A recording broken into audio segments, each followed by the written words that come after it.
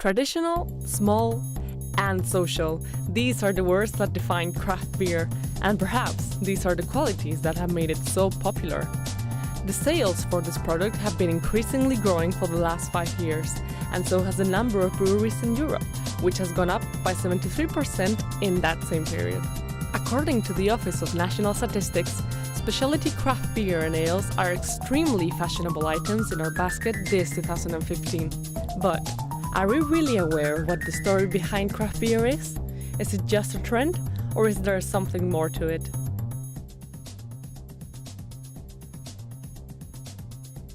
The famous Camden Town Brewery started the business in 2010, and it has been growing ever since. Want to know how they work? What you saw there was us adding the hops. That in particular was us adding the hops to end of the boil. So you add the hops for loads of different reasons, for bitterness, for aroma, antimicrobial. The further on in the boil that you add them, the more aroma that you retain in the final product, whereas earlier on you add them, the more bitterness that you get out of them. So that being the last addition, towards the very end of the boil, we're hoping to get a lot of aroma out of that one. So the hops go into the boils for several different reasons, for bitterness, for aroma, antimicrobial properties. They also help with head formation, so pretty much anything you can imagine about beer, hops will help with. So that addition there was just the late hop addition, so we get a lot of aroma out of it, not so much bitterness, and that's why we add hops at different stages in the boil. So in this first vessel, we essentially mix together the grain and the malt, the malt and the water, and that's going to release the sugars that are inherently in the malt. And then once you do that, you need to separate the two out again, so the liquid from the grain, and that's what this second vessel is for, the lauter tun.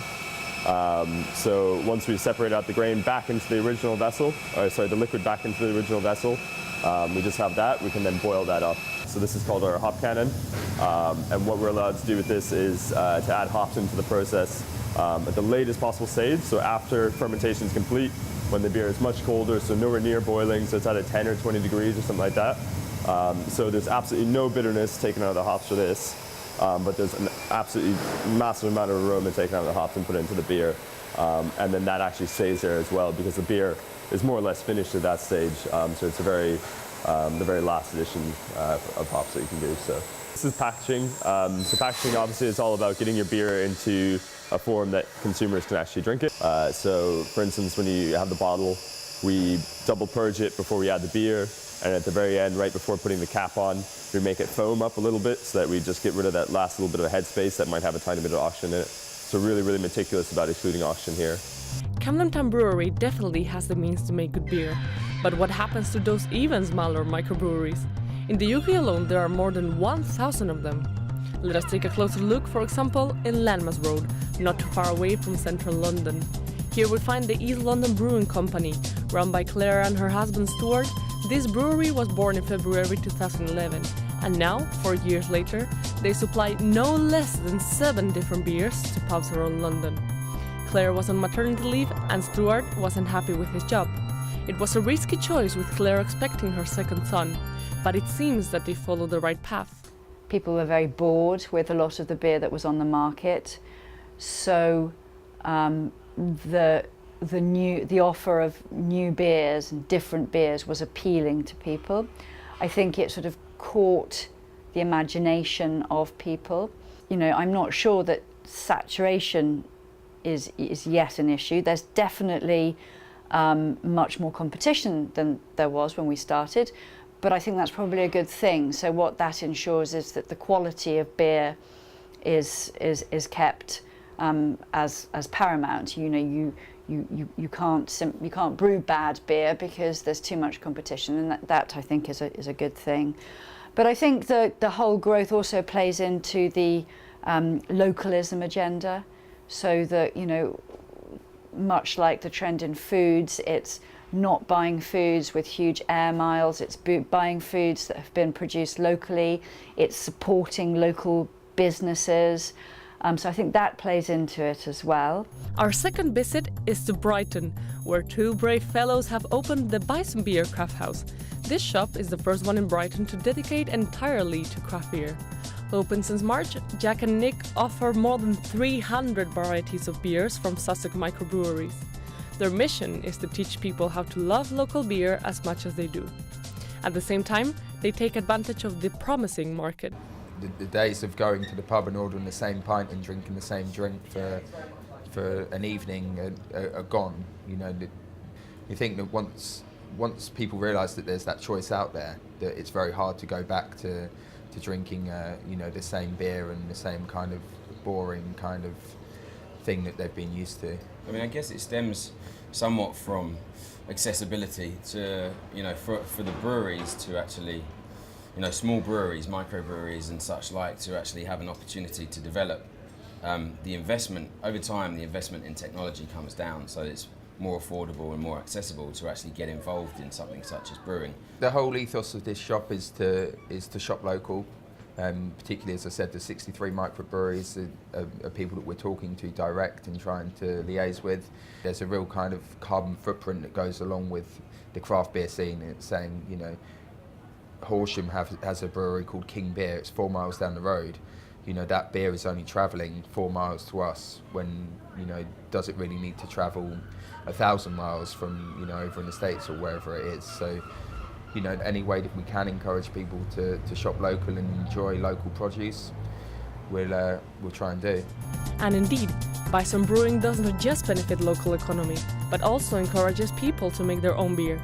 That is why they have organized, along with Homebrew Depot, a new weekly brew school in Brighton. We basically teach the all-grain brewing, which is the same as what you would do in a microbrewery, like a professional microbrewery, but on a much smaller scale. Where they're making, hundreds or thousands of litres at a time, we make 23 litres, which is good. It's 5 gallons of beer. The advantage of craft beer is just that it just tastes so much better and the possibilities are endless. Like every year we're seeing more and more different types of beer being developed. People are getting adventurous, people are adding different fruits or seeds or spices or anything. You can add all sorts of things to beer and create all sorts of different things. I think that is the advantage. And once you know how to do it, it's exactly the same as cooking. We teach the basics and then you can just change up the ingredients and experiment to your heart's content. Craft beer, if well made, simply tastes better. It might be time to know how to savor it properly. We meet with Jane Peyton, the first woman to be officially qualified as a beer sommelier in the United Kingdom and author of the books School of Booze and Beer O'Clock.